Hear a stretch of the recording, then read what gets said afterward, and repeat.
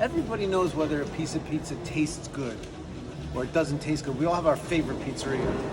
But what makes a really great piece of pizza, if I'm evaluating the slice,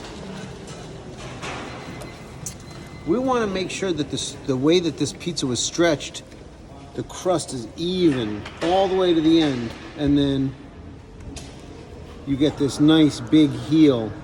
And if you look inside, you can see that it was proofed properly because the yeast is alive and it's stretching it out, and you can see the gluten structure inside. The crust has been fermented so that you get lots of beautiful different colors, little bubbles and big bubbles. If you flip it over, you can see these little tiny micro blisters. That's what gives it that crispy crunch. On the bottom of the slice, you want a nice brown color. You don't want white spots or any folds or holes. You want it to be shimmering,